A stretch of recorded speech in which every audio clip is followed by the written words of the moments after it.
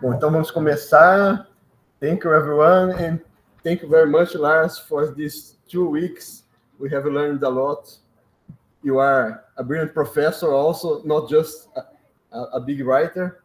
And I am also learning how to be a professor with your classes.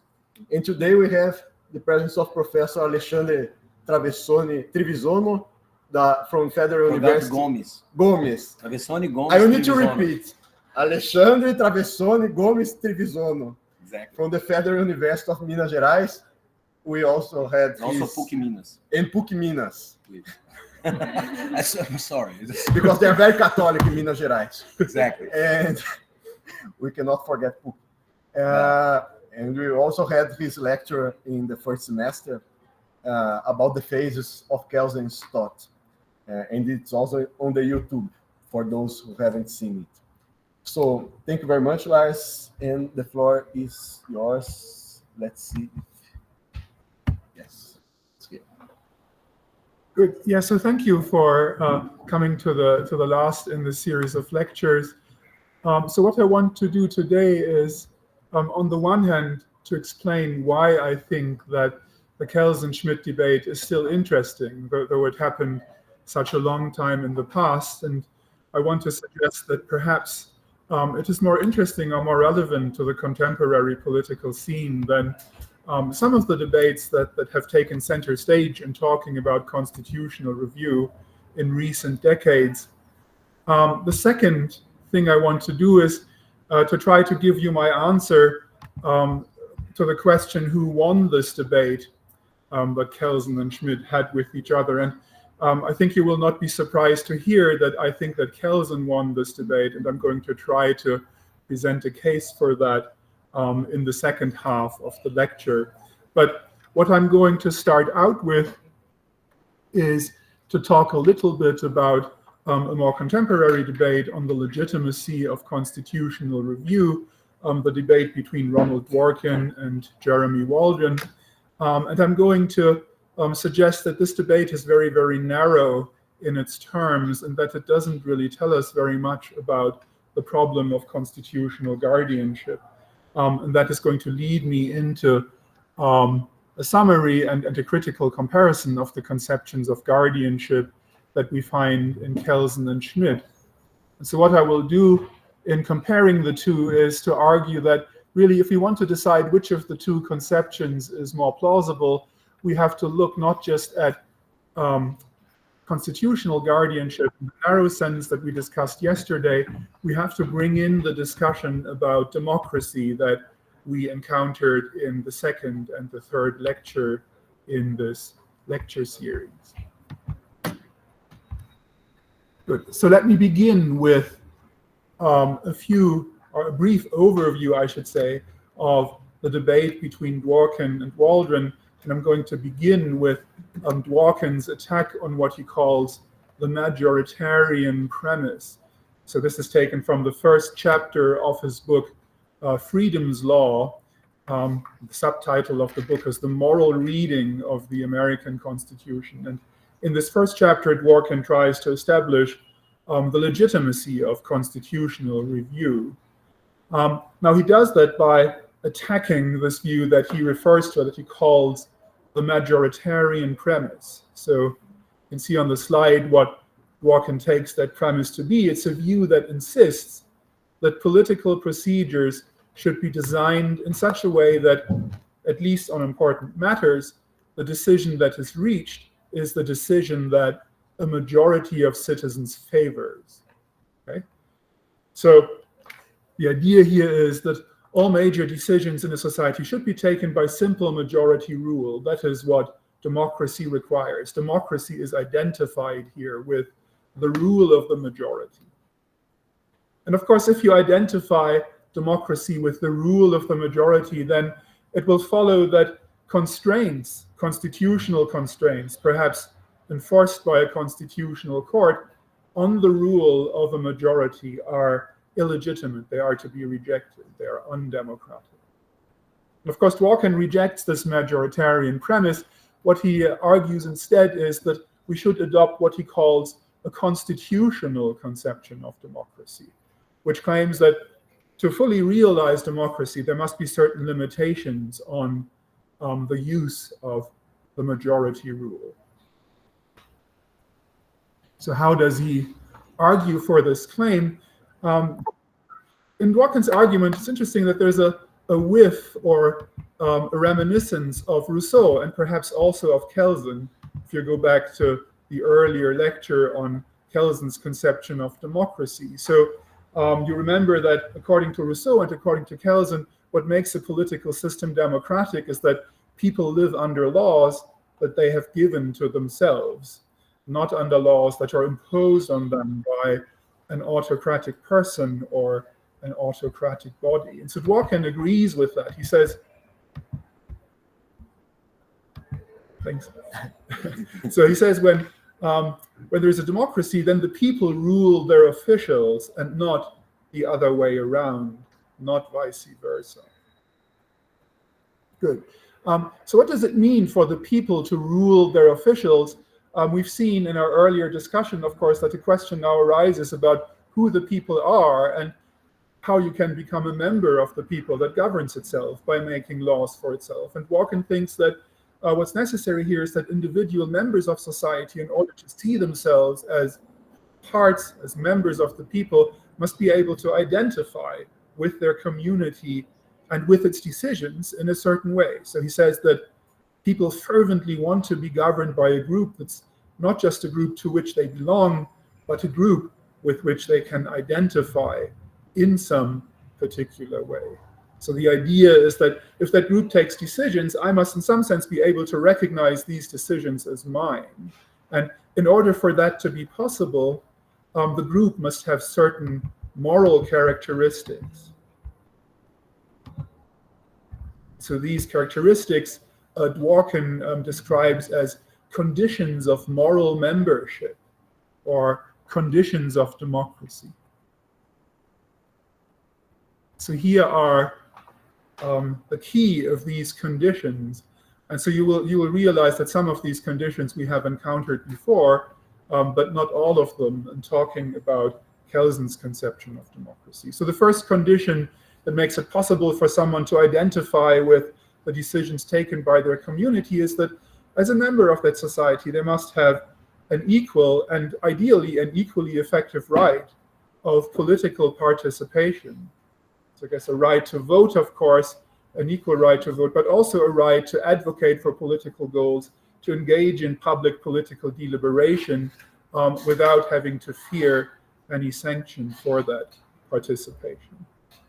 That is something Kelsen would agree with. There's a second condition of moral membership in Dworkin that perhaps is not so clear Kelsen would agree with, and this is the claim that for people to be able to identify with their community, the community's practices, its institutions, they must express a conception of equal concern and respect for all the members of the community. And that conception must be practiced or held in that society by its institutions in good faith.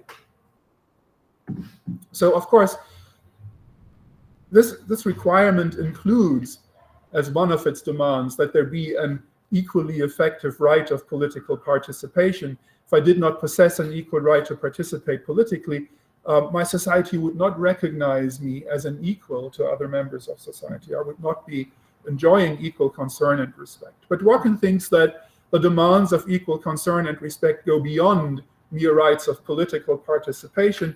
They also include some individual rights of autonomy that society must safeguard, perhaps even in cases where the majority does not wish to see that right honored or does not approve of the actions that people take using that right. So let me give you a simple example. Suppose that there's a debate in a society about whether there should be an institution of homosexual marriage so that you can marry another person of the same sex.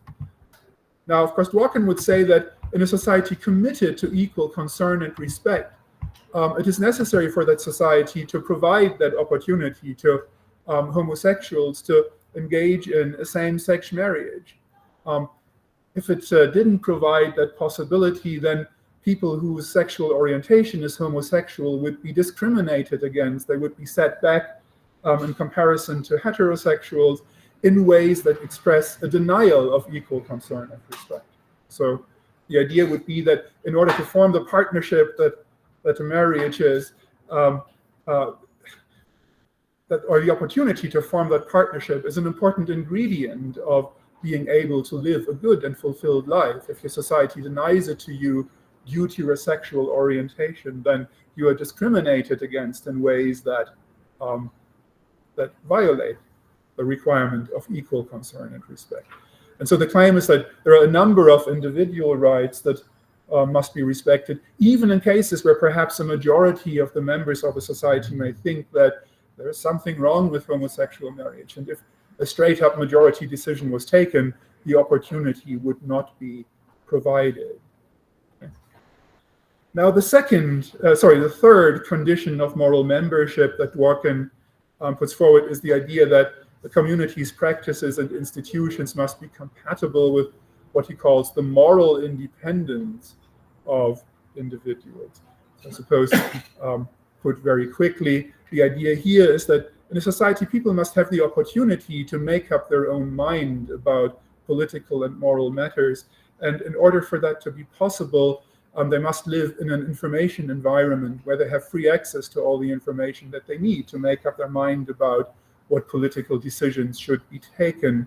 The society must be free from brainwashing practices or artificial restrictions on access to information. And so the claim that Dworkin wants to make, of course, is to say that if these conditions of moral membership are all satisfied, then the rule of the majority deciding upon all the things that are still open to decide will be legitimate, because people will then be able to identify with the decisions taken by a majority of voters or a majority of representatives within the constraints set by these conditions of moral membership. Now, if you agree with this so far, then you, of course, will also agree that the majoritarian premise is to be rejected. So the simple reason why it's to be rejected is because there are some rights that must be protected for people to be able to have moral membership in their community that a majority might not approve of. Okay? So it is wrong in a democratic community to adopt a simple majority rule. We need a majority rule hedged in by certain constitutional limitations that protect or that safeguard the conditions of moral membership. Good. Now, a further conclusion then, of course, that Dworkin wants to draw from this is that constitutional limitations on majority rule that protect the conditions of moral membership in a society are not in tension with, or they don't conflict with, the principle of democracy. So the basic idea is this: why do we value democracy? Well, we think we value democracy because it expresses the idea that we are all moral equals. A democracy is a system that shows equal respect to its citizens in giving them equal rights of political participation. But if that is the moral basis for democracy, then we must recognize that individual rights that are equally required by equal concern and respect for all members of society have the same moral root, the same value basis as democracy as a method of political decision taking. So to honor these rights and to see them as limitations of majority rule is not a restriction of democracy, but helps to realize it more fully. And now the final conclusion, of course, from that is, well, if we agree with the constitutional conception of democracy, the best way to protect the constitutional conception of democracy, the conditions of moral membership, is to have the rights that are required by equal concern and respect enforced, safeguarded, protected by a constitutional court. So Dworkin is of the opinion, as I'm sure you've all heard already, that a constitutional court is more likely to be respectful of the rights that he takes to be part of the constitutional conception of democracy than a legislature in which perhaps political motives might lead to violations of fundamental rights. Good. Now, Jeremy Waldron disagrees with this justification for constitutional review. But we'll see that though Waldron makes very heavy weather about disagreeing with Dworkin about the legitimacy of judicial review, in fact, his overall political outlook is not very different from Dworkin's. And the dispute they have, or the disagreement they have, really takes place on very, very narrow grounds, in a sense. So here is Waldron's key argument, the argument from disagreement. So the first premise here is that we are members of a liberal democratic society. We are in some sense committed to the values that Dworkin puts as the foundation of his constitutional conception of democracy. But even in a society that is liberal democratic, people can disagree. And they can disagree reasonably on the meaning or the content of the idea of equal concern and respect. And accordingly, they can disagree about the scope of the rights that we might take to be grounded in it. So perhaps I should say a word about what it means to disagree reasonably, for instance, about the question whether homosexuals ought to be given an opportunity to marry. So people disagree reasonably, I guess, if their disagreement is not a result of the fact that their reasoning is obviously irrational, or that it disregards available information, or that it is undertaken in bad faith for political motives that are uninterested in finding out the truth, or at least a well-argued case for some political option. So assuming that disagreement is not caused by such obvious cognitive defects or bad faith, we can call it reasonable. And what Waldron claims is that even in a modern liberal democratic society, people do reasonably disagree about what it means to pay equal concern and respect to all members of society. They disagree about questions arising from this idea of equal concern and respect all the time. Now, the second premise of the argument is, well, if we have to resolve disagreements about how to understand the ideal of equal concern and respect, what's the best way, institutionally speaking, to do that? So one option is to let those matters be decided by a constitutional court. This was Dworkin's option, but Waldron is skeptical towards this option because he thinks that it's wrong to assume that courts will necessarily be better at offering sound or well-argued, well-reasoned answers to interpretive questions concerning the ideal of equal concern and respect. So we don't know whether decisions taken by courts will honor that ideal better than decisions taken by a parliament, by a legislature. So if we don't know that courts would take, or if you have no good reason to assume that courts would take sounder, better decisions about equal concern and respect, then perhaps we should let those questions be decided by the legislator. And there's a further consideration that Waldron thinks pushes us into that direction, which is a consideration of fairness. So in a democratic society, we all regard each other as equals. So in a sense, we believe that even if we disagree, each person's opinion has the same claim to be heard and to be weighed in the process of arriving at some decision that will bind us all. And the idea is that to have decisions taken by a court, by, 9, 10, 11 people on a court is unfair because these people's opinions, these people's views will have greater weight than the view of other members of society. So if we are interested in decisional fairness, we have good reason to have the decision about what rights people should possess be taken by a democratically elected legislature, because that takes us closer to the ideal of giving everyone an equal say.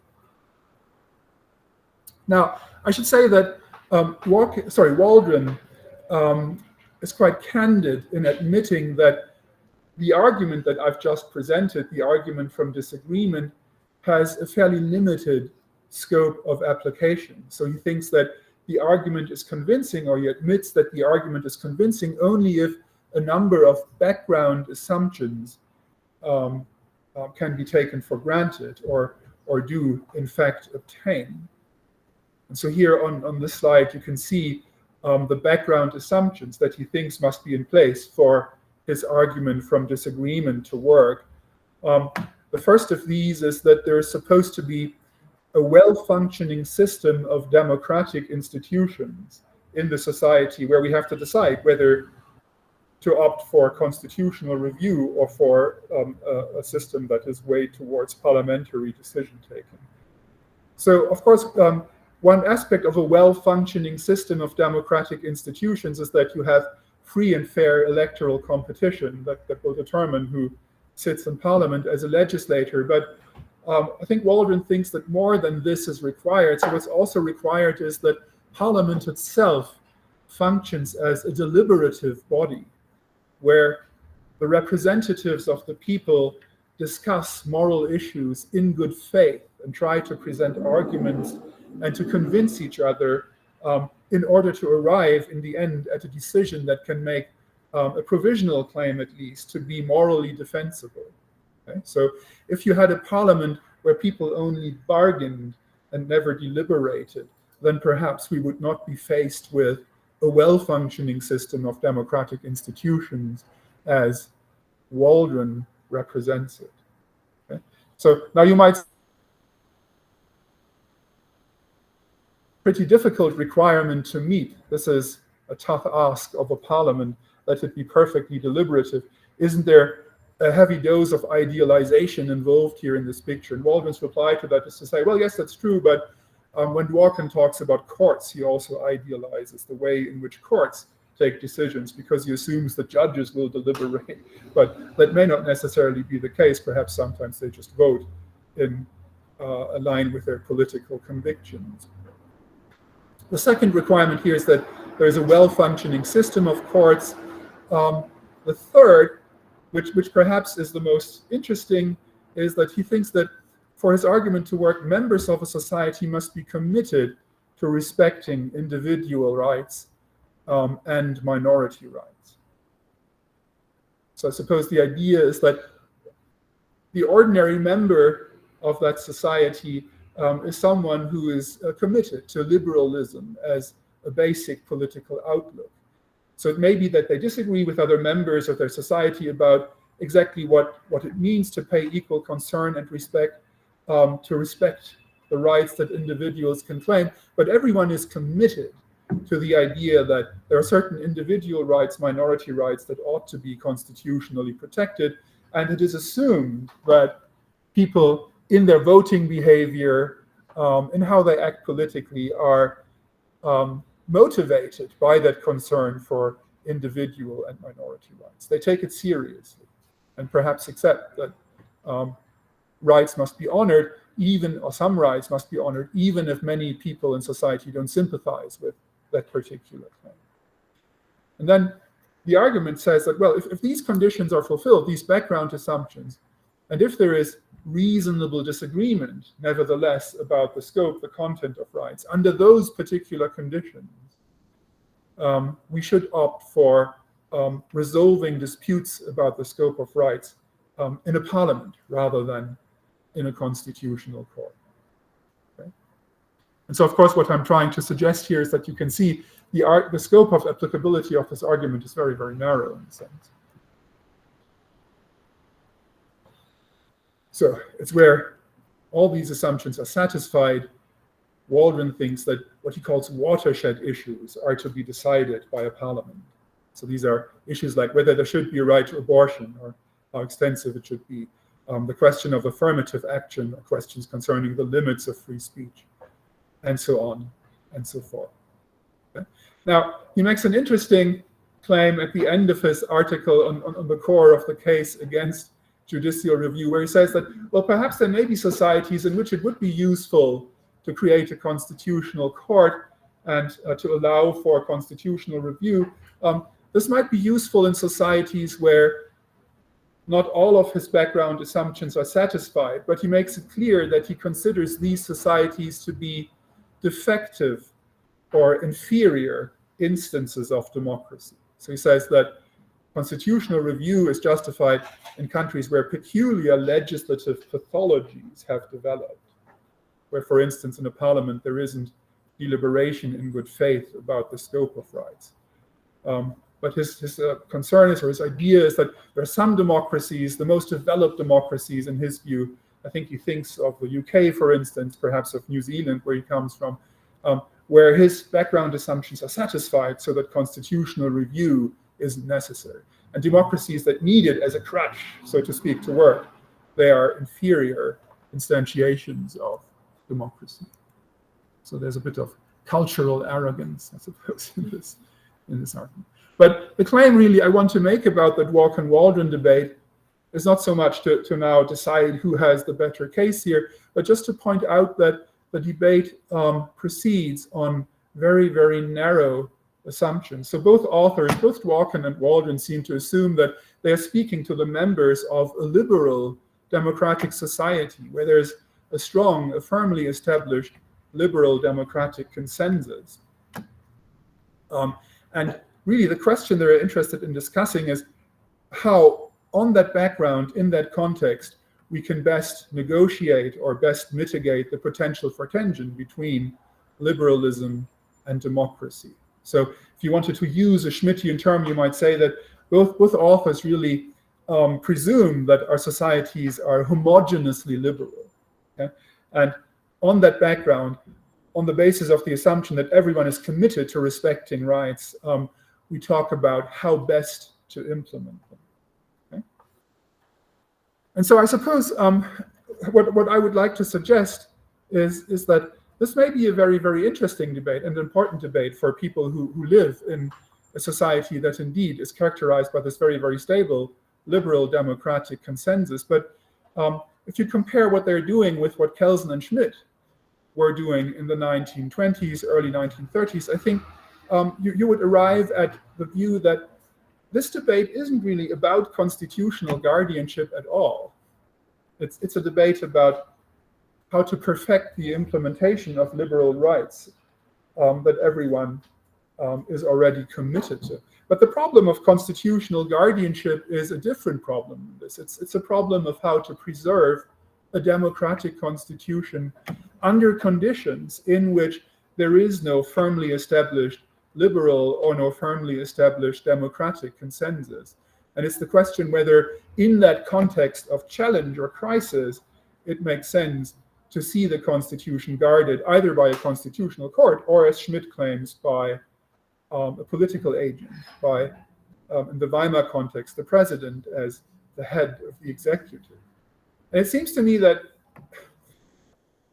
as democracies increasingly move into crisis or come under pressure, and as a liberal consensus that may have existed 20 or 30 years ago is beginning to crumble, the perspective on the problem of constitutional guardianship that you see in Kelsen and Schmitt is again becoming relevant, though perhaps it wasn't when Dworkin and Waldron developed their arguments about whether there should be constitutional review in a homogeneously liberal society. And so that is why I think the debate between Kelsen and Schmitt is still interesting and relevant today. Now, of course, then what I have to do next is to turn back to that debate and to summarize some of the ideas that we've encountered in the course of the first 4 lectures. And what I'll try to do then is to offer an argument for why I think that the Kelsenian conception of constitutional guardianship is more promising than the Schmittian. Great.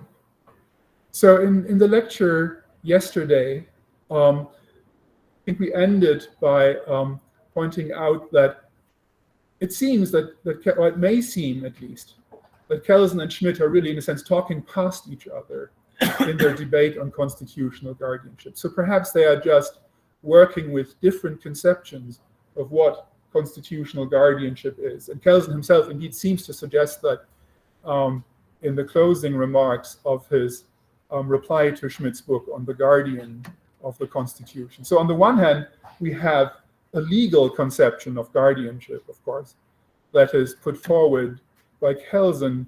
And the focus of that legal conception of guardianship is to provide legal guarantees for the legality of the acts of organs of state that exercise powers conferred on them by the Constitution. So I guess in the Weimar context, of course, most importantly, we are looking for guarantees of the legality of statutory enactments made by Parliament, but we are also looking for guarantees of the legality of presidential decrees enacted under Article 48.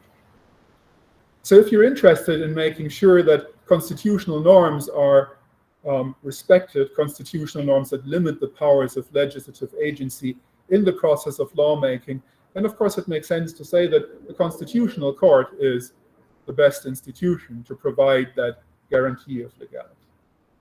Now, Schmitt argues against a constitutional court as a guardian of the Constitution, but in doing that, I think as we've seen, he has a completely different understanding of guardianship in mind. So he focuses really on maintaining the social conditions of determinate legality. And he focuses on defending the political coherence or the political unity of German society. And so you recall that Schmitt claimed that this political unity or social homogeneity is a precondition for the applicability of legal norms, because it's only in a situation of normality that the application of legal norms becomes predictable or calculable. And so in this conception, of course, guardianship cannot be attributed to a court, because to protect or to maintain or to recreate conditions of social normality is not something that the court can do by annulling a statutory enactment or a presidential decree. So here, the executive and its apparatus of government, ideally endowed with plebiscitary legitimacy, as in the Weimar Republic, must step into the shoes of the guardian of the Constitution.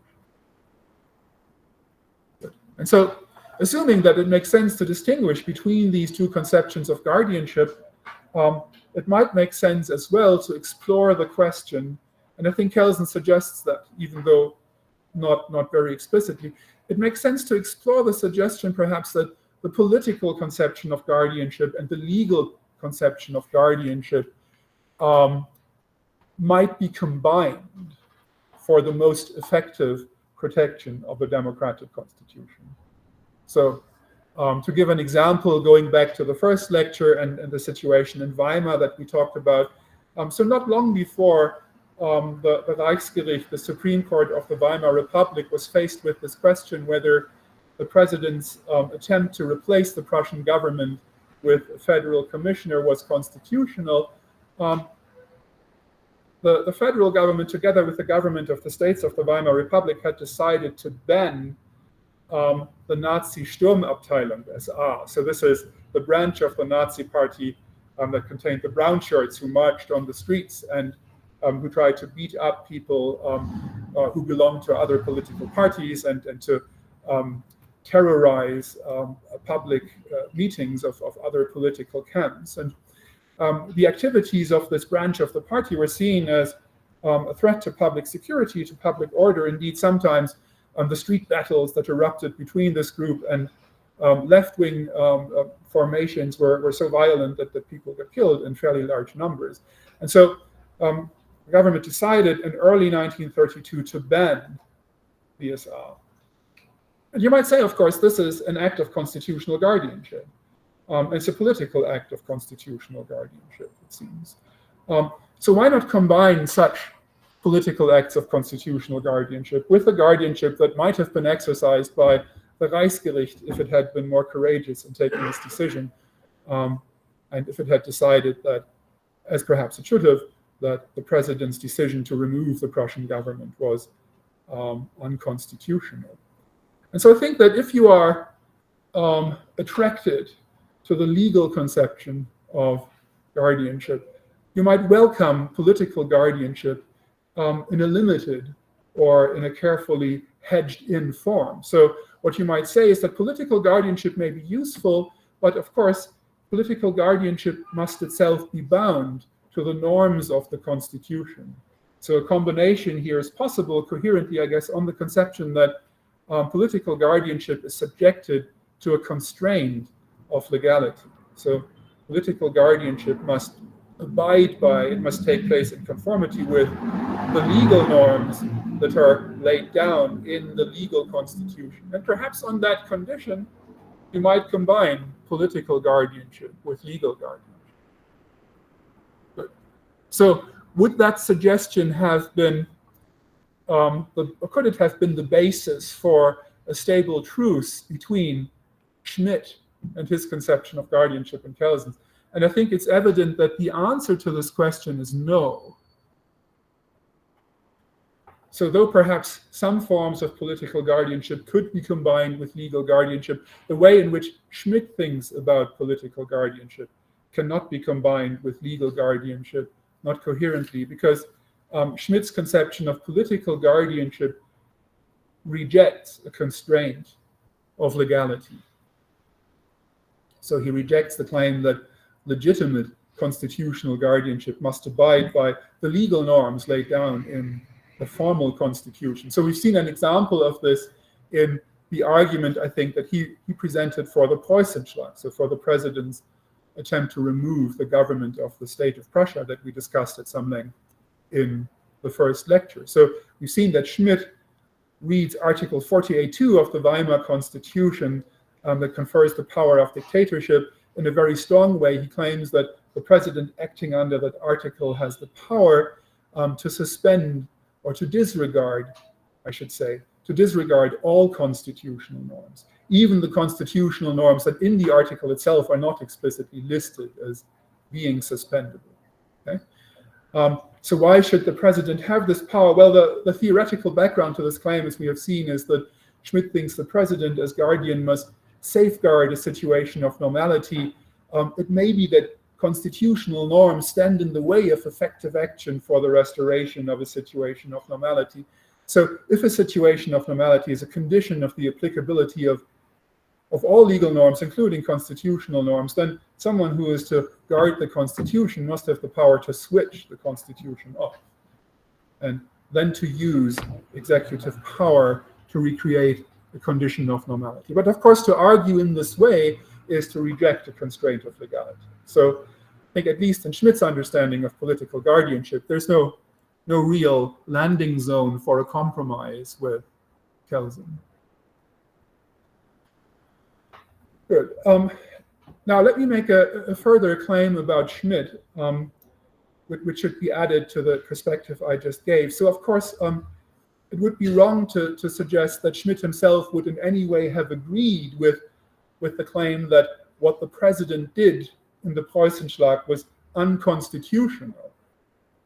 So it may be that the Preußenschlag set aside certain constitutional norms in the interest of recreating a situation of public order. But of course, Schmitt would have argued that for the president to do that was constitutionally legitimate.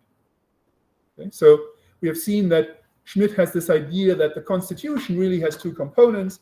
There is a legal constitution containing legal norms, and then there is what he calls a positive constitution, which is the situation of normality or homogeneity that is presupposed in the legal constitution as a condition of validity. So if the president switches off the legal constitution to safeguard the situation that makes it applicable, then of course the president's actions are constitutionally legitimate. The president provides the conditions under which the law can operate, right? So if you accept that argument, then obviously you will reject the claim that what the president did was unconstitutional because it involved setting aside certain constitutional norms.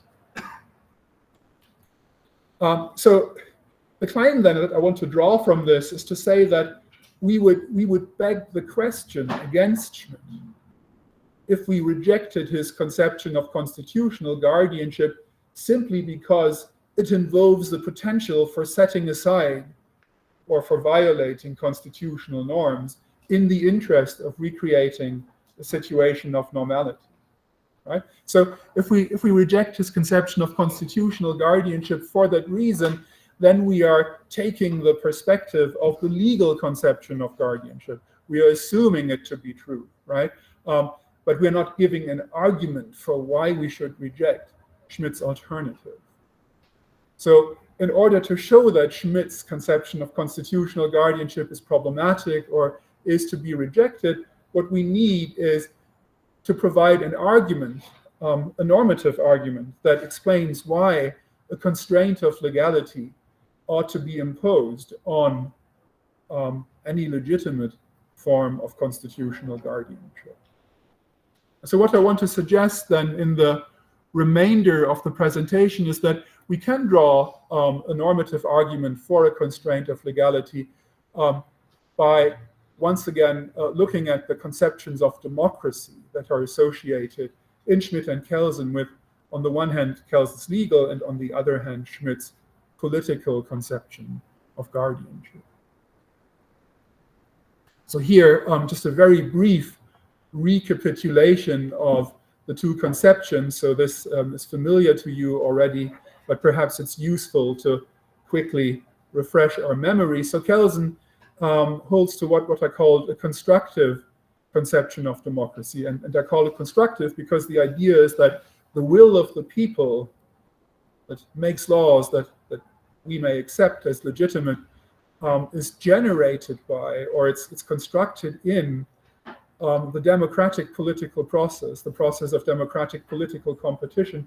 And this process, of course, is a legally or constitutionally regulated and organized process. So it's the outcome of constitutionally organized political competition that's the will of the people. The will of the people results from democratic process. Of course, Kelsen also holds to the view, as we've seen, that those who are outvoted for the time being, they are free to organize and to advocate for their own goals, perhaps to overturn a current legislative majority. And they may therefore have reasonable expectation that their own political goals, though they may be frustrated for now, may be reflected in a future majority of which they form a part. And if that possibility exists, of course, the members, even of an outvoted minority in the present, they have good reason to consider the outcomes of the legislative process as legitimate. So to see the majority outcome, the majority decision as a part of a temporally extended will of the people that includes them. Now, for this understanding of democratic legitimacy to work, of course, it's to be emphasized once again that there are two critical principles that must be observed or respected. And one of these is a principle of inclusivity. So the principle of inclusivity demands that all members of a society, or at least all adult members of a society in the full possession of their mental powers, must have an equal right to participate in the political process. And that their views must be equally respected by the political process. And so the idea here is very simple, is to say that if someone wants to justify to me that I must obey or that I must defer to a law that's been made by a democratic majority, but that perhaps I dislike, I may think it's a bad law or it has a content that is morally problematic. So if that argument is to be made to me that I must defer to the decision taken by the majority because it was a democratic decision, then of course it must be assumed that I had a right to participate in the democratic process. If that wasn't the case, the argument would be empty, right? If I address it to someone who can't participate, it doesn't give them a reason to accept the decision as legitimate. So it follows that all those who are expected to obey the laws made by the majority must be included in the demos or the polity and must be given rights of political participation. And then secondly, there's a requirement of openness. And so the requirement of openness simply demands that there is space for future revision of the laws that are now in place. So if I'm a member of a minority that rejects not the legitimacy, but the justice, the soundness of the laws that are currently in place, I must have assurance, I must know that if the people who belong to my political camp at some point in the future win a legislative majority, we are going to have the opportunity to implement our political preferences. And of course, as we've seen in earlier lectures, this requirement of openness is, well, potentially at least, stands in tension with formal constitutionalism and constitutional review. And so we'll come back to that point. But these two principles of inclusivity and openness are part and parcel, they are integral to the constructive conception of democracy. Now, let's turn to Schmitt, on the other hand. So to Schmitt, I attributed what I called an expressive conception of democracy. So here, the key claim is that the will of the people is not constructed in the democratic process. Rather, that there is a unified will of the people that exists outside of the constitutional process, or that exists perhaps before a constitution has even been created or been put in place by an act of constituent power. And we've seen that Schmitt thinks that you can account for the existence of this political will unified outside of the constitution by adopting a political understanding of a people or a nation, in which people identify with each other as members of the same political community in a political way, where what it means to identify with others politically is to accept and to go along with the way in which they draw a distinction between friend and enemy, between members of the group in which you may be included and those who don't belong. So you show your allegiance by being willing, in the extreme case, to sacrifice your own life for the independence, the self-determination of that politically unified group. Now, the next claim here that we need to attend to is that, well, if a political nation in that sense exists, then if there are those who can lead it, who can speak in its name and make others follow, then those people have the power to appear as a constituent authority and to make what Schmitt calls a positive constitution. So to determine the fundamental principles or the basic content of a constitutional settlement that will then be implemented in a written or formal constitution. And of course, those who speak on behalf of the nation as a political unity would also then have the authority to guard this so-called positive constitution, perhaps by means of dictatorship to be exercised in a state of exception. And finally, of course, there's a particular claim here about the relationship between this underlying constitutional settlement, the positive constitution, and the legal constitution. So the idea is that the legal constitution has legitimacy only as long as it faithfully aligns with or expresses the positive constitution. And therefore, I speak of the expressive conception. Good. So this quick reminder in place, I can come to my key claim. So the expressive conception of democracy clearly seems to compromise both the principle of inclusivity and the principle of openness. So the way that the principle of openness is compromised in Schmitt, for instance, is that Schmitt argues that the operations of the constituted powers of the legislator who operates under constitutional rules are limited by the fundamental choices that have been made in the underlying constitutional settlement. Even in cases where, as in the Weimar Republic, the written constitution does not contain limitations to constitutional amendment. So that is, of course, a clear limitation of democratic openness. So Schmitt would have argued that if socialist parties had ever achieved a legislative majority in the Weimar Parliament in free and fair electoral competition, the constitution would have made it impermissible for them to turn the economy into a socialist direction.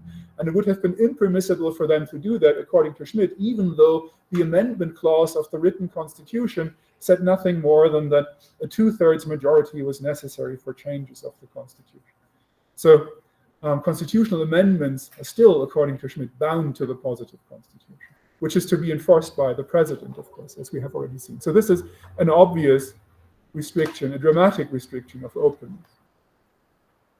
And of course, it's also a restriction of inclusivity, because the justification for this limitation of openness is to say that, well, socialists who stand outside of the constitutional settlement that was made in 1918 or 1919, they aren't truly members of the German nation in this pre-constitutional political sense, because the nation in that sense includes only those who were in support of the constitutional settlement that prevailed in the revolutionary period.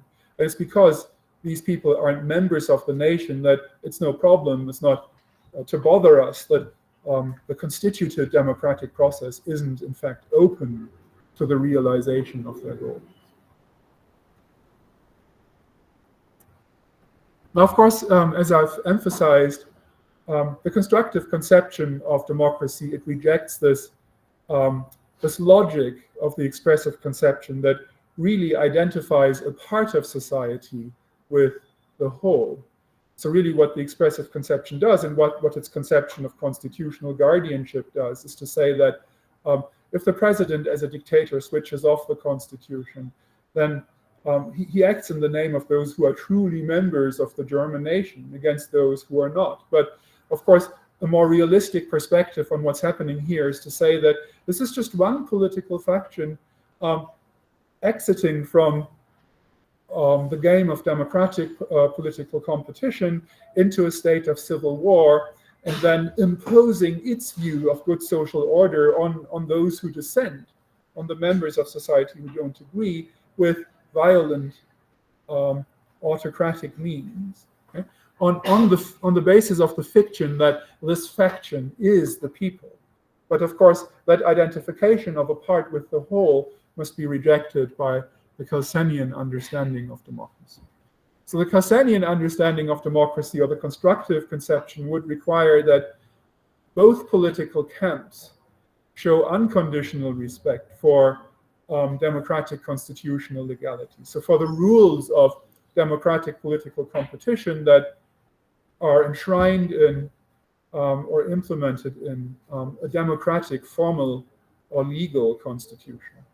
And that respect on the part of both competing political camps is necessary for democracy to continue indefinitely into the future. So it would make no sense for either of the two parties to play that game with the other, to accept that who gets to rule depends on the outcome of a democratic election, unless both parties, both sides, both camps could trust each other, of course, that should they win, the others will acquiesce and let them rule. But Schmitt's conception of constitutional guardianship, in effect, claims that, well, no, this assurance should not be afforded, in the sense that the conservative political camp should have a constitutional authority to switch off democracy whenever it sees its own positions threatened by democratic political competition and its outcome. Good. And so now here comes my, well, it's not an argument in a sense, it's more of a confession of faith, perhaps.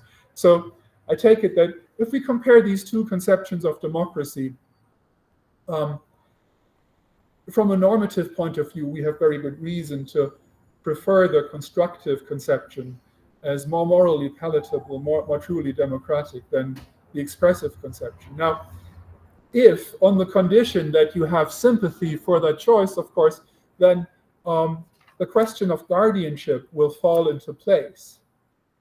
Because if we prefer the constructive conception of democracy as preferable on normative grounds, then it will be clear, or it will follow, that constitutional guardianship must abide by the constraint of legality of which I spoke earlier. It must comply with applicable constitutional norms. So political guardianship perhaps has a limited role to play in defending democracy. This is not ruled out, but its role is determined, or it's limited by the constraint of legality. And of course, we will also have legal guardianship, which will be exercised by a constitutional court. And the constitutional court, in exercising legal guardianship, will determine the limits within which political guardianship could be employed or could operate. So there is a combination here, but with the legal conception in charge. And that is, I suppose, my sense of how this debate between Kelsen and Schmitt ought to be resolved. Good. Now, one final quick loop back to Kelsen and perhaps to how Dworkin, and to how Dworkin's argument for constitutional review can be connected to Kelsen. So I think that there's a point of agreement between Dworkin and Kelsen. So the general structure of their democratic arguments is very, very similar. So they both have this idea that legal guardianship of the Constitution can make a contribution to protecting the conditions, as Dworkin calls it, of moral membership in a democratic society. However, Kelsen and Dworkin have different understandings of what the conditions of moral membership would consist in. And I think we touched upon this in some earlier discussions as well. So I think Dworkin's understanding of the conceptions of moral membership is more expensive and more ambitious than Kelsen's. And Kelsen, I think, would sympathize to some extent with Waldron's claim that the watershed issues, as Waldron called them, are perhaps best left to be decided by a parliament. Kelsen thinks that the constitutional court should focus on keeping the channels of democratic competition open and in defending the requirements of inclusivity and openness that are conditions of the legitimacy of majoritarian decision-taking. So if this is really Kelsen's view, then perhaps you compared Kelsen to Dworkin, you might take from Kelsen a plea for, on the one hand, the creation of a constitutional court endowed with the power to annul statutory norms, but also coupled with a call for judicial restraint and for a focus of the decision-taking on a constitutional court, on the integrity of the process of democracy. Because Dworkin's understanding, I suppose, of the conditions of moral membership carries the risk that the constitutional court will come to take decisions that are, over the course of time, a threat to the continued openness of the democratic political system. Good. So thank you very much. And that was the final word, or perhaps not, about the Kelsen-Schmitt debate.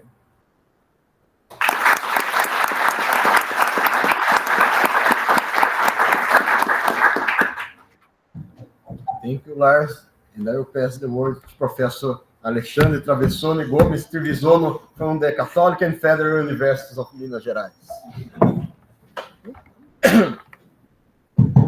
Thank you very much, Professor Lucas Fucci. Amato. From this University of São Paulo. It's a pleasure to be here with you, with everybody, especially Professor Lars Vinx.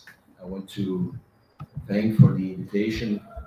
And it's always nice to talk about Kelsen, and particularly about the so-called Kelsen-Schmitt debate. I will set a time here in order I don't speak much.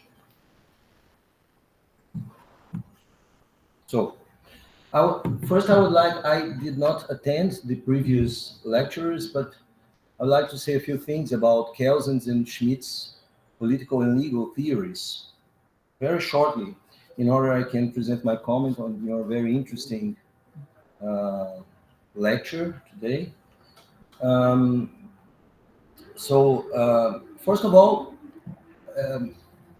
some people regard this debate as a theoretical, but also as a debate between two personalities. And I find it very interesting that your focus were on the theories and not on the personas of Kelsen and Schmitt themselves, because I believe that the fact that Schmitt, after 1933, started to support National Socialism, and Kelsen, of course, was against that and so on.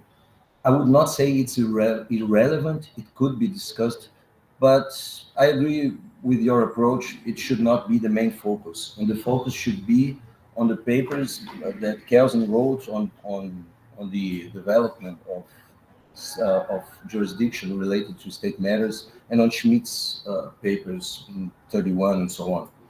But then I would like to come to a point which is the nature of Kelsen's and Schmitt's theories, which in the end I will address again. which is the nature of Kelsen's theory on the one hand and of Schmitt's theory on the other hand. Kelsen has a pure theory of law that, as we all know, is pure, which means it's neutral, but it's a theory of law. And in my view, his political theory is guided by his, so to say, relativism, but is not as neutral as his theory of law. Because Kelsen is, I think we can say, he defends democracy.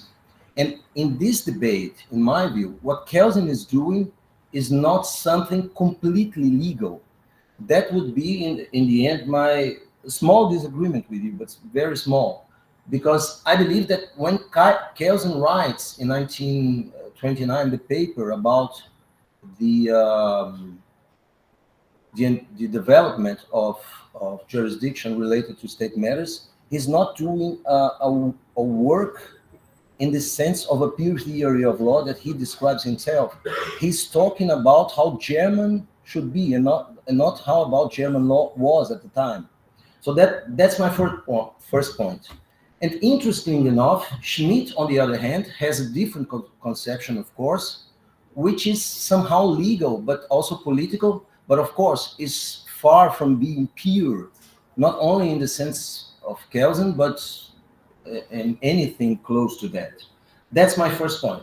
The second point I would like to address before coming to the guardianship of the Constitution itself is a very interesting distinction Kelsen made. I believe that maybe you discussed that in the previous lectures, because you mentioned that in your introduction to the Kelsen-Schmitt debate in your book.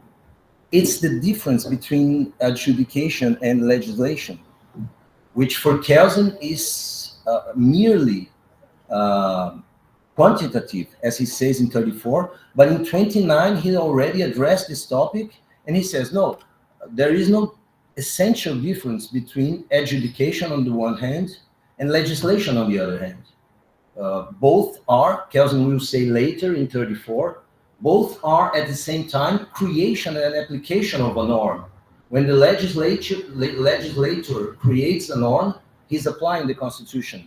Both the empowerment norm of the Constitution, but also the material norm of the Constitution.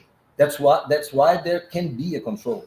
And as you point in your introduction as well, Kelsen's idea of a constitutional court only makes sense within the context of the hierarchical structure of the law that he takes from his pupil, Adolf Julius Merkel. So that's a very interesting point, because that's, in my view, that's the key, so to say, legal point. I would say the key legal disagreement between Kelsen and Schmitt is this. For Schmitt, as far as I understand, there is no hierarchy between the formal constitution, the document, the constitution as a set of norms, and the statute.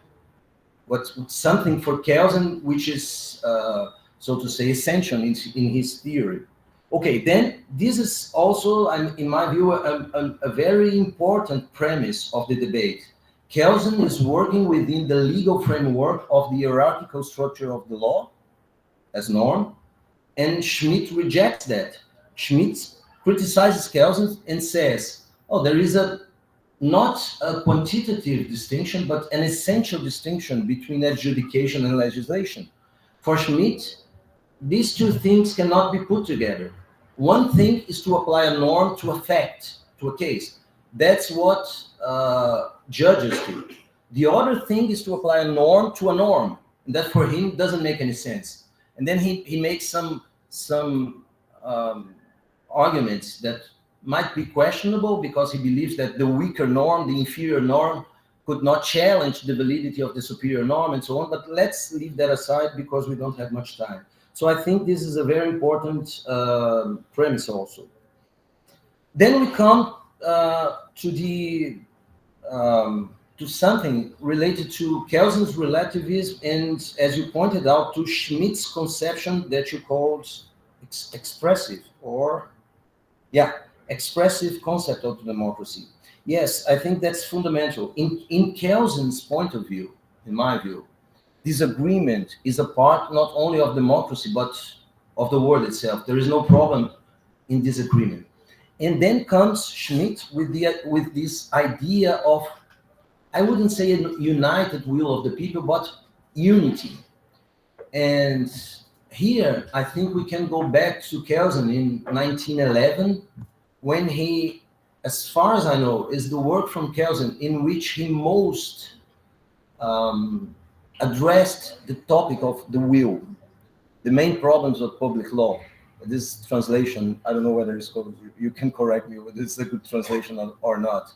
It's Kelsen's first big work from 1911, main problems of public law, would you say? Yes. Yeah, in English. And then in this work, Kelsen rejects the theories of the late 19th century and the beginning of the 20th century, which paid much attention in the role of the will in the law. And Kelsen rejects both the idea of the will in private law and of the will in public law. Jelinek on the one hand and the private lawyers on the other hand. Kelsen says, criticizing Jelinek's theory and also political theories, he said, well, the set of a group of concrete will of individuals, from this set, one does not have, in the end, one will. So we all here, we are, I don't know, 50 people. From our wills together, one cannot derive one will. So it seems to me this is very, for Kelsen, this Schmitt's idea that there is a united will, one will, unity. It's for Kelsen very hardly to be accepted. And what for him exists? Relativism. People are different, they have different concepts. What John Rawls later, I have a theory, everything that, not everything, most of the things that the English and the American philosophers say were already said but by German philosophers in between 1910 and 1960. When Hart writes his concept of law and when Rawls, Rawls' idea of fact of pluralism, for me, was completely described by Kelsen in the beginning of the century. And when Kelsen refers to relativism, he's describing exactly what Rawls later would call the fact of pluralism. This Kelsen's relativism. People have different ideas, different views, and they follow different values for Kelsen. Okay. So the last premise. Okay, these are the premises that I think we have to consider, and then I would make a very for the sake of the debate, I would argue in partially respectfully disagreeing with your opinion that both Kelsen's and Schmitt's conceptions are mixed. I would say in this case, not always. In the case of the guardianship of the Constitution, I would argue that Kelsen's concept is not merely legal or normative.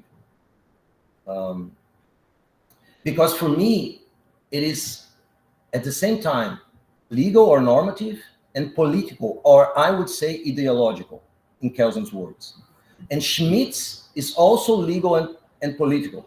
The difference then would be the weight.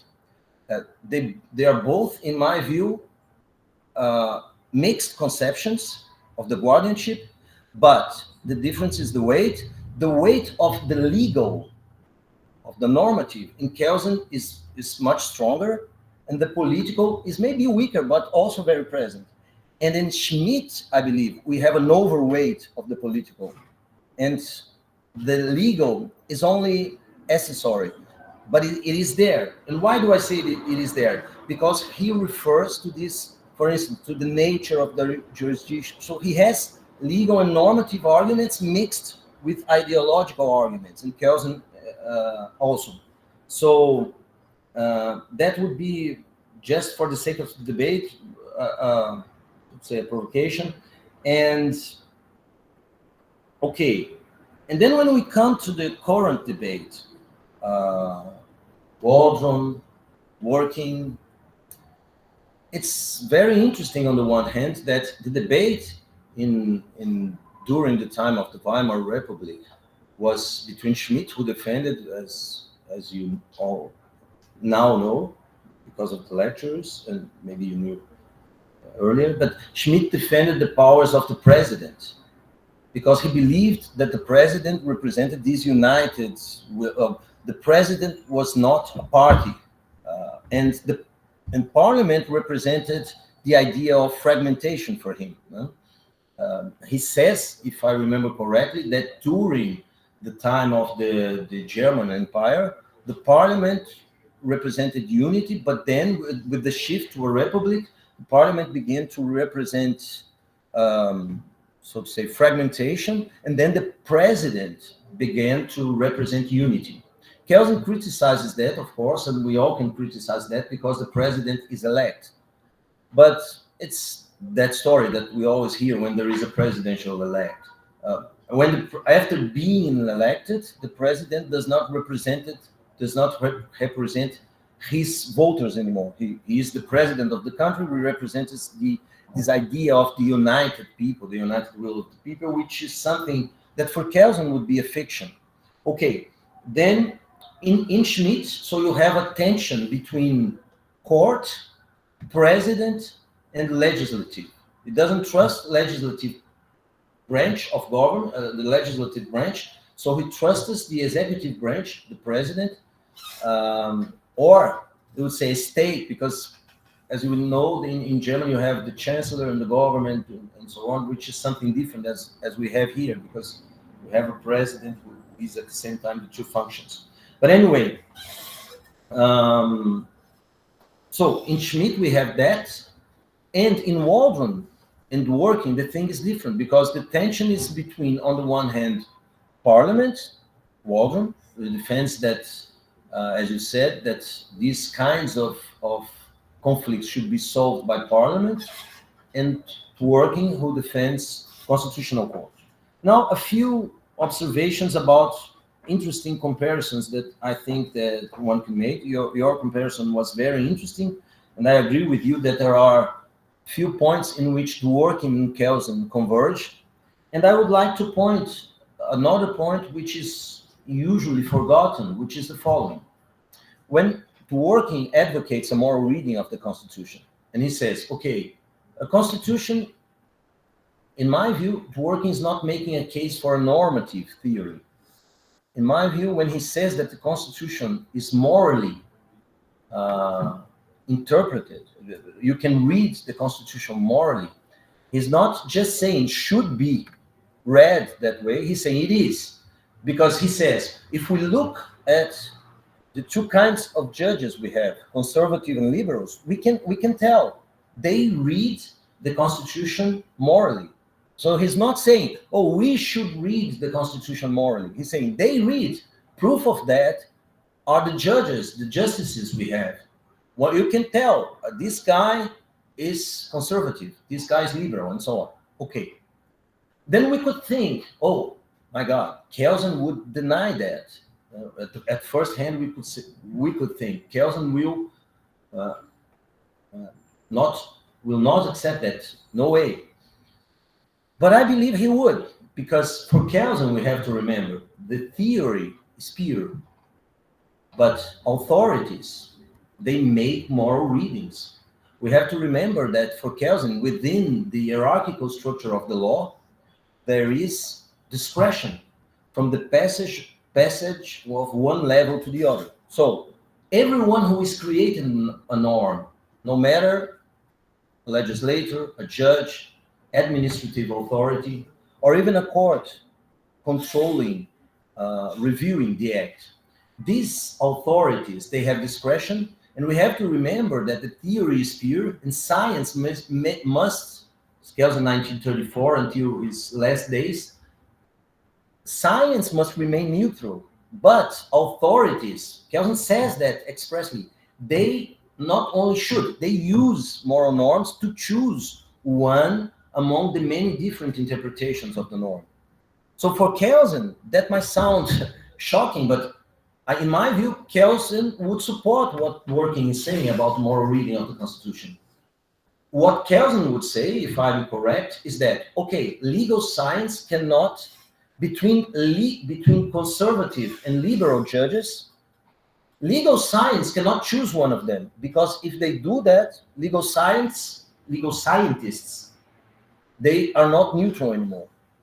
So that's an interesting point. So because there's always been, so to say, a very wide distance between, I mean, people regard Kelsen's and Dworkin's theory as very wide, very far from another. But in my view, the difference is that this idea that authorities use moral standards to choose one interpretation, which is Kelsen's idea, in Dworkin, it has not remained in authorities, it has come to legal science. So legal science should not be neutral anymore. Legal science has to take a party, choose a party, and that's an interesting point, which I mean, so it means that there is a difference, but it's not that different as people imagine, this moral reading. And then just to finish then, I think that you said Kelsen won. Yeah, I agree, no question. It seems to me that constitutional review or judicial review, we know it's part of modern states. And you made a very interesting point, which I think we have to consider, is whether it is a part only of liberal democracies or it should be universalized. That's an interesting point. And one last thing I would say, I agree with you that the Kelsen and Schmitt debate has much to offer in our time, because we are now back to this kind of crisis, as you said, that we have this problem of the supremacy of the Constitution, of minority rights and the will of the majority, and so on.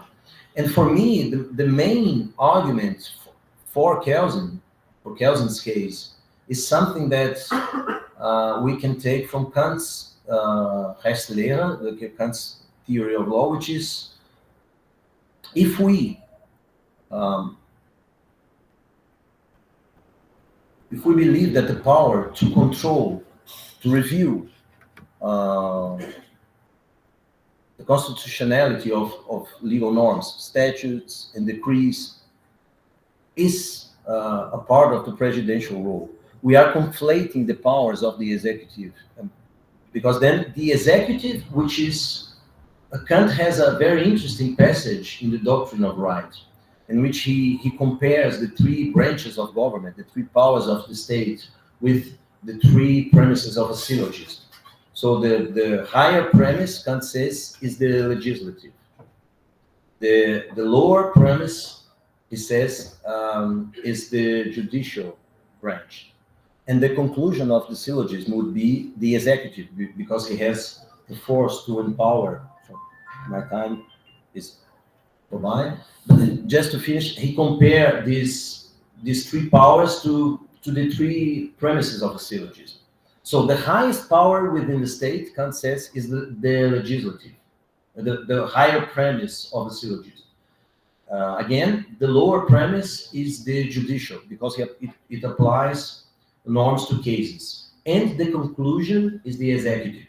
Now, if we ascribe to the executive the power to control the constitutionality of norms, we are, if we use Kant's comparison, we are taking the supreme power, which belongs to the legislative, and we are conflating it with the executive. And what is the problem of that? One could say, oh, one president is better than 500 congressmen and women, and 80 in Brazil, and 80 something senators together. There is an argument by William Paley, English, very old philosopher, who says, the only reason we have to defend democracy is that 500 or 300 or, I don't know, 200 heads think better than one head. But besides that, which is an argument of on the one hand, higher degree of representation and higher capability of foreseeing things, I think there is this Kantian argument of conflation, non-conflation of powers. Because if we ascribe to the president this power, we are conflating the power of using the force, which is the power of the executive, with the power of making the laws. And that's, for me, is a huge problem. That's why I believe that this idea, which, as far as I know, Schmitt took from Constant, Benjamin Constant, and this idea, which might make sense in the 19th century, doesn't work in a democratic state. But again, I think you have right. If we're not in a democratic state, then things would be liberal democracy, then things would be much different. I thank you very much again, and thank you, Professor Lucas Fucci Amato, once again for the invitation. Yeah, so thank you very much for this wonderful thing. So I think this was a very, very helpful to me and a very rich response. And so I'm just going to perhaps start with the minor provocation. And so I'm grateful for the provocation, because I'm not sure it really works to say that, well, there is this legal and there is this political conception of guardianship. And of course, Kelsen himself is someone who emphasizes that, well, I mean, a decision that's taken pursuant to legal norms and in line with legal norms will often bring about a resolution to some conflict of interest that will favor one side over another. And in that sense, of course, all legal decisions are political. So there is someone usually who is a loser and who sees their interests set back, and to resolve conflicts of interest is a political activity. So in a sense, yes, I mean, you're right to say that for Kelsen, it doesn't really make any sense to distinguish between legal and political decisions. So I have to think about whether the terminology I use here is really helpful. And I mean, part of the reason why I used it is that I couldn't really think of anything better, but I have to try harder. And I mean, perhaps the only response I can give at this point is to say that when one might speak of not of political decisions, but of purely political decisions, to reference Schmitt's idea that a political decision is somehow untied from law altogether, and to understand the distinction in that way. But that sounds slightly cumbersome, so I have to see whether I find a better solution. I'm very grateful for that. Thank you. I think perhaps another point I might take up is about the relationship between Dworkin and Kelsen, and perhaps I see them as not quite as close as you see them. So, but I think that there is sense in making the comparison. So of course, so Kelsen says that, as you pointed out, that any legal decision, even a judicial decision, is always partly discretionary. And so assuming that a judge has determined in taking a decision what the frame of reference is within which he has discretionary power, then of course I think Kelsen would agree with you that the decision that's to be taken within the frame is a decision that should be guided by the judge's moral convictions. And so in that sense, I think you're right to say that judicial decision taking will reflect will have an ideological dimension, will reflect the moral conviction of decision takers. And there's nothing wrong with that for Kelsen, because even the judicial decision is partly discretionary. But I mean, isn't there still sort of a minor difference in the sense that for Kelsen, the discretionary aspect of the decision that may be guided by moral conviction is really an act of legislation in a sense, whereas Dworkin seems to have this idea that that when I interpret morally, then I come up with, and when I interpret soundly and correctly and convincingly, then I determine what the law is. And then the decision that reflects my moral conviction in some sense is also an application of the law, because the law contains the the principles that are validated by the most convincing interpretation that we can give. And of course, that's somehow tied to this idea that if we had access to an ideal interpretation of the legal material that we have to work with, then we would always be able to determine which specific decision is the most legally correct. And so I wonder whether, I don't think Kelsen would go quite as far in describing the powers of interpretation. Yes, but I think other than that, there are some very interesting parallels between their conceptions, and they're quite close. And you were right to emphasize that that Schmitt's political theory, but also what he has to say about judicial review, is not fully scientific or not entirely pure, and that he is governed in making these arguments by certain normative convictions. But I think what one can say for him is that he is quite open about it. And so, for example, in the book about democracy, he says that, well, democracy, in my view, it serves this value of liberty, and democracy is something that will be attractive to people who share a concern about this value, but he doesn't claim that everyone must accept that kind of concern. So I think he speaks to people who share his basic moral convictions, and he tries to talk to them about how these convictions can be best implemented. And that part of the reasoning, I think he would say, is perhaps it's not scientific in the sense the pure theory is, but it's also not just an expression of moral opinion. Perhaps one final point. So you mentioned that Schmitt doesn't accept the idea of legal hierarchy. I think that's right, but I find what he says about that enormously confusing, and I can't make sense of it. So one thing that I find very, very strange is that in political theology, I think he says in some passage that the law cannot determine who is to apply it and who is to decide how a legal norm is to be applied to a particular case. And it seems to me this is just so obviously wrong that I'm not quite sure whether he really meant to say that, because of course the law, as you pointed out, it contains norms of empowerment. It can determine who is responsible for authoritatively applying a norm. And of course, once that determination has been made, then the problems of indeterminacy that he is concerned with, I mean, they can be institutionally resolved. And so how can someone who was as intelligent as Schmitt just not have seen this? So I find this very, very mystifying. Indeed. Thank you. But just to add a point about this comparison between Kelsen and Dworkin, I think that they both agree that the judges put their moral opinion on their sentences, on their votes.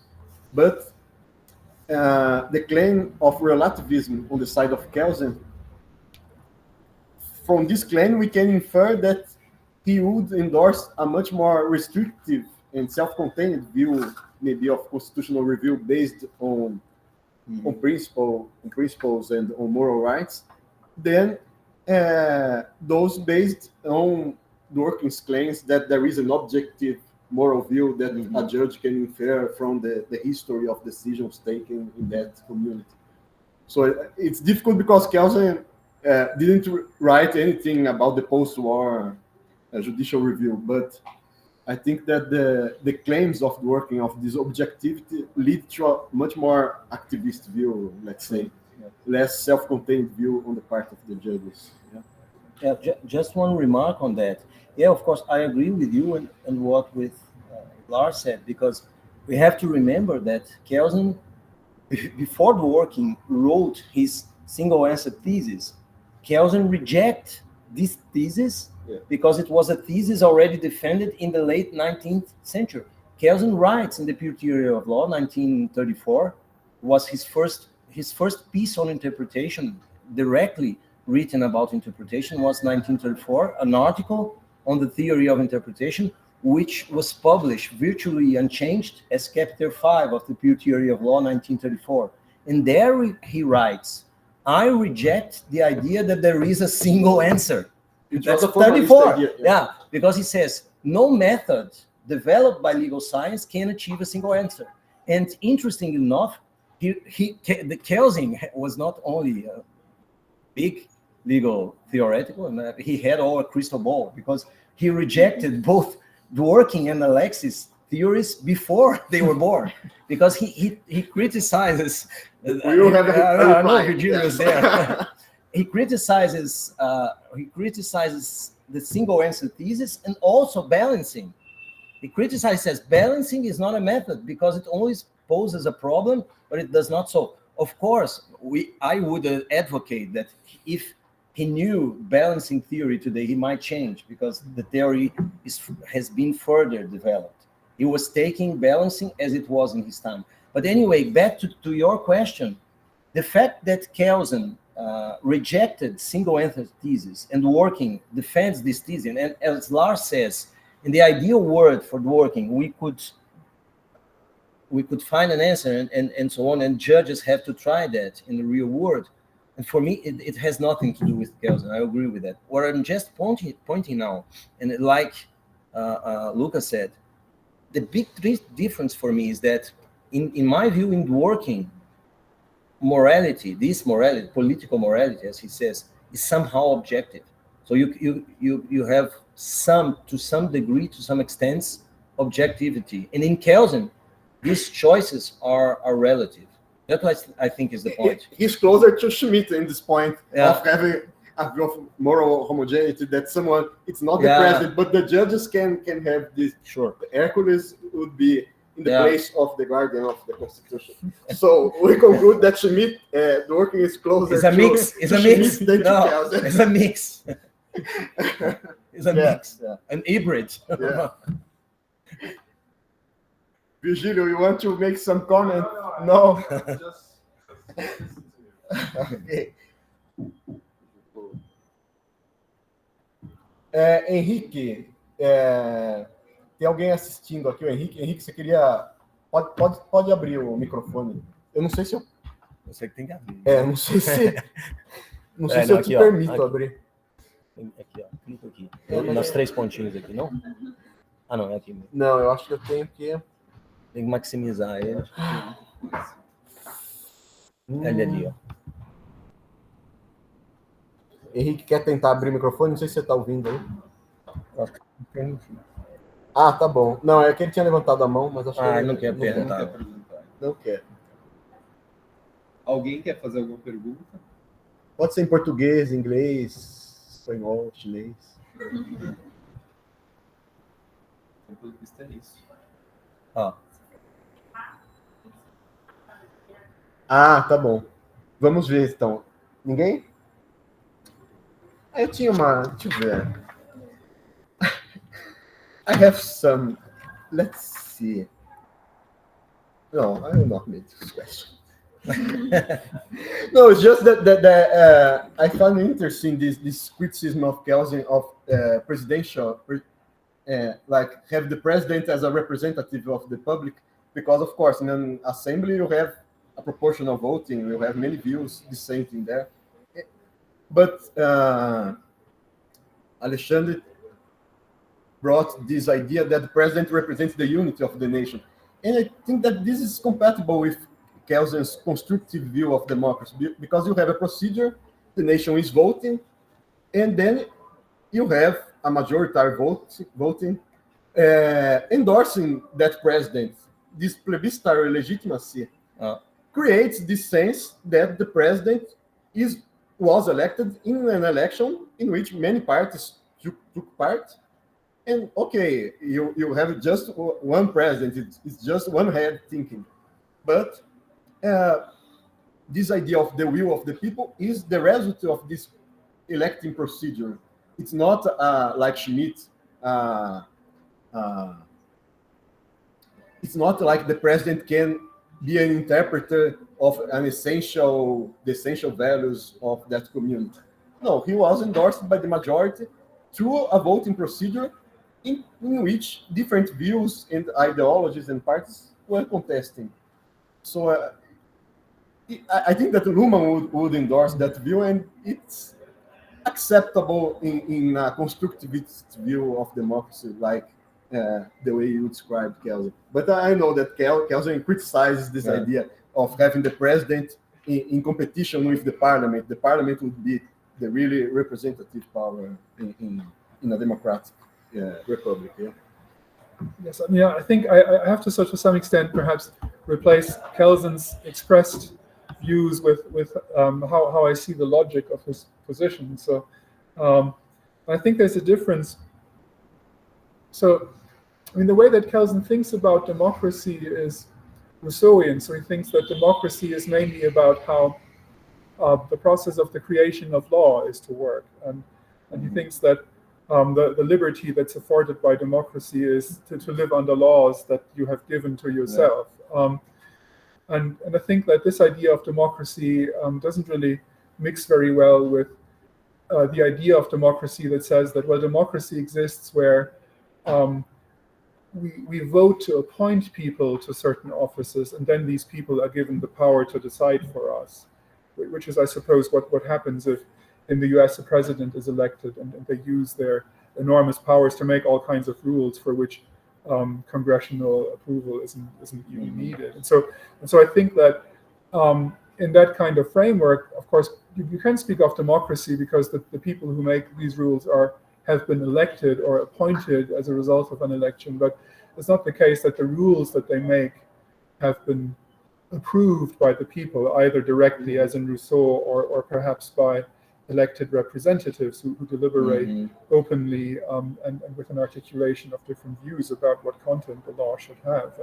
And so it seems to me that the logic of his understanding of democracy is somehow implicitly hostile to presidentialism, but I don't think he discusses this in very explicit terms. So it's a conclusion I draw from how I see it. If I may add one question based on your comment, do you think that this question that you pose now, which has to do with the role of the president, for instance, in the American system and also in the Brazilian system, because we don't have a prime minister or a chancellor, and then in comparison with German today, as far as I know, we have a president and a chancellor.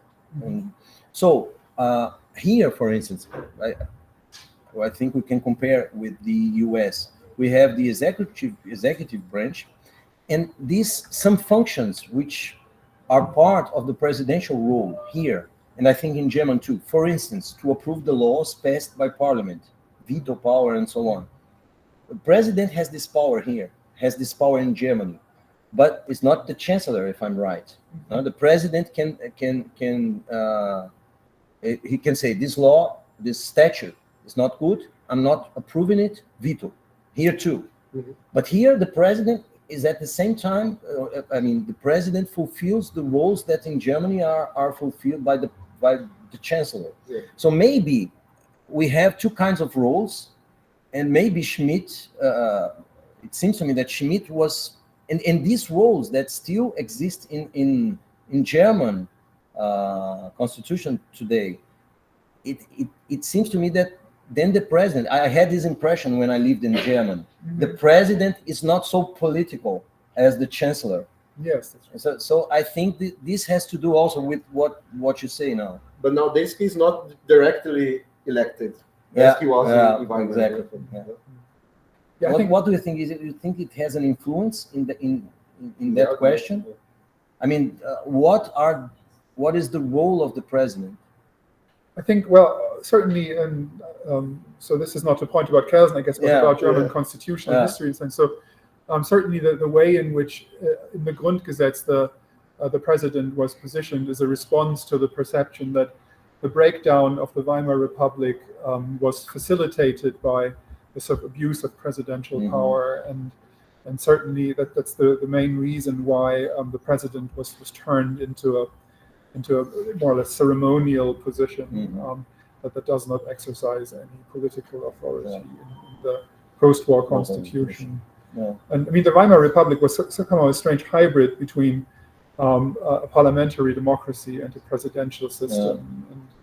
And I think there was a concern to sort of opt more coherently, more consistently for a parliamentary democracy in the post-war constitution. Now, Professor Virgílio Afonso da Silva. Short question. Thank you very much again for the lecture.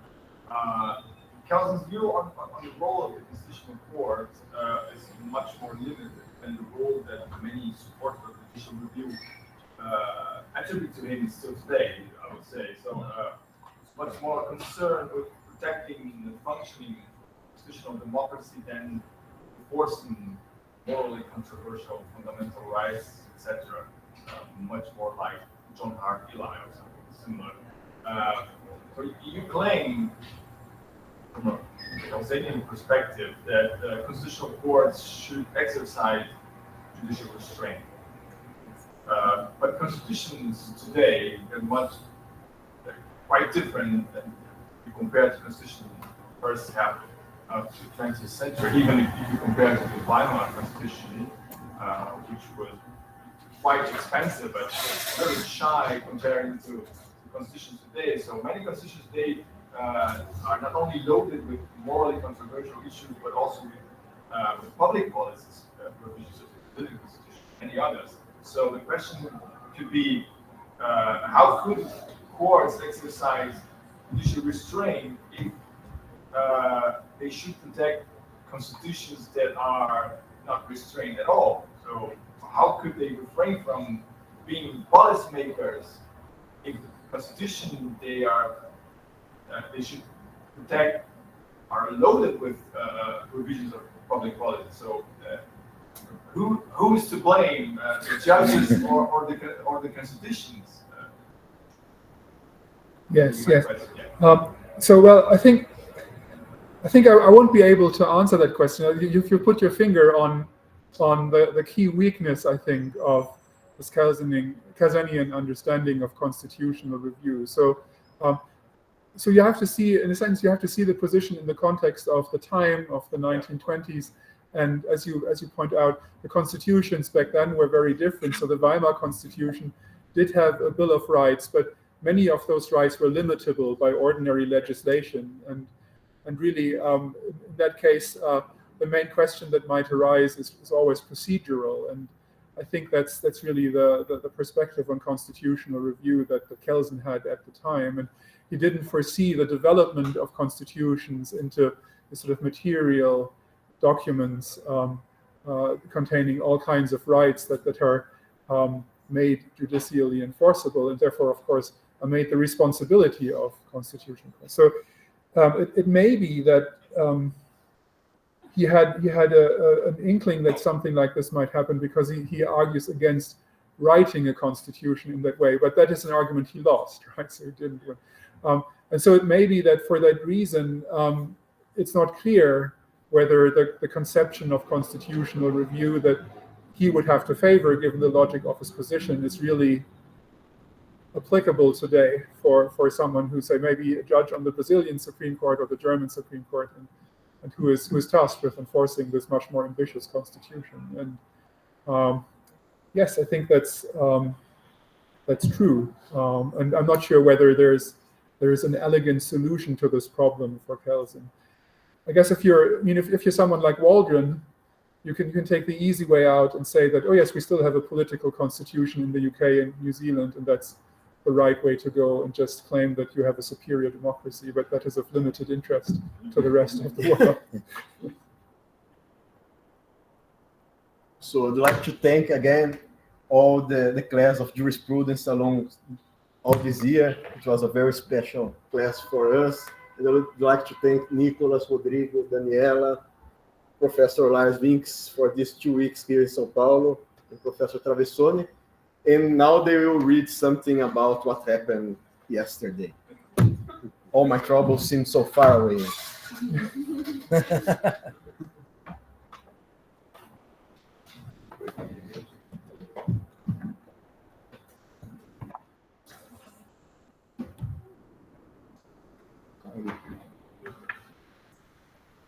Vai ser ato oficial aqui? Como é que vai ser? Pode ser isso. Acho que tá tudo. Não sei. Hello, sir. Good morning for everyone. Good morning, Professor Vinx.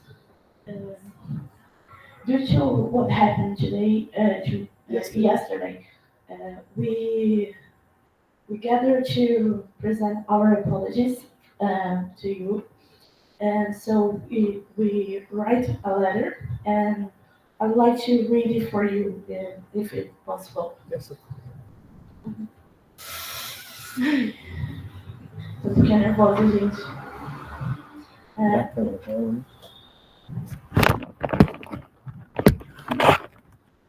Estimated Professor Vinx, the students of the class 197-13 and 197-14 gathered to present our apologies due to what happened during your lecture on November 13th. We believe that what happened must be taken very seriously.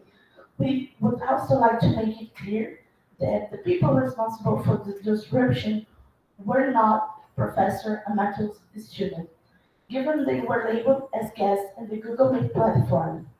We are tremendously sorry, because it has been an honor to attend your lecture, sir. We do not tolerate this kind of thing, and we acknowledge how much effort Professor Amato put to bring you here and make this environment productive and worthy of your presence. Therefore, no such thing will ever happen again. We talked to Professor Amato to make sure that Google Meet won't allow people to open their cameras during the next lectures, but only their microphones to prevent this. Even in this situation, we believe that all the content provided by you should be accessible to all students, even those outside of the University of São Paulo, which is why such measures will be unfortunately necessary. Again, just so you know, none of us, Amato's students, could do such a thing. We deeply appreciate all the time you took to teach us. We're all engaged and happy to have you here in the oldest and most prestigious law school in our country.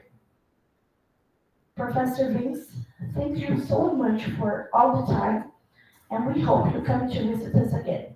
Sincerely, 2024 class of the Introduction to the Study of Law course.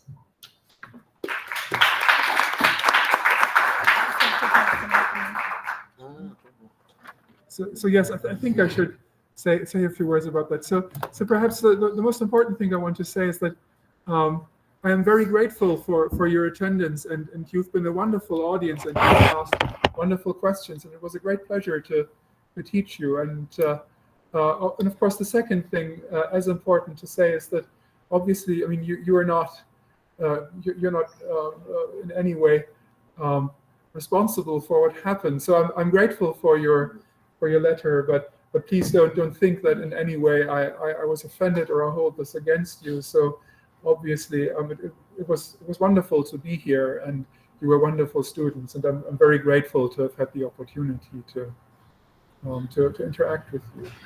This is more like a way to show our respect to you and to Professor Amato, who bring you here. And today, inclusive, the quorum is lower than the other lectures, because there are plenty of students that are taking oral exams. So just so you know. Yes, so I hope they will do well. They will do well. Yes. It's just fine. Yes. Thank you so much. Yes, thank you very much. Obrigado. Palavra final também. Palavra final. See you next year. Have good vacations. Só? Ah, So is it a term? mas gostei, meu. For me. Semana que vem vocês recebem as notas e reclamam, tá bom? Semana. Você já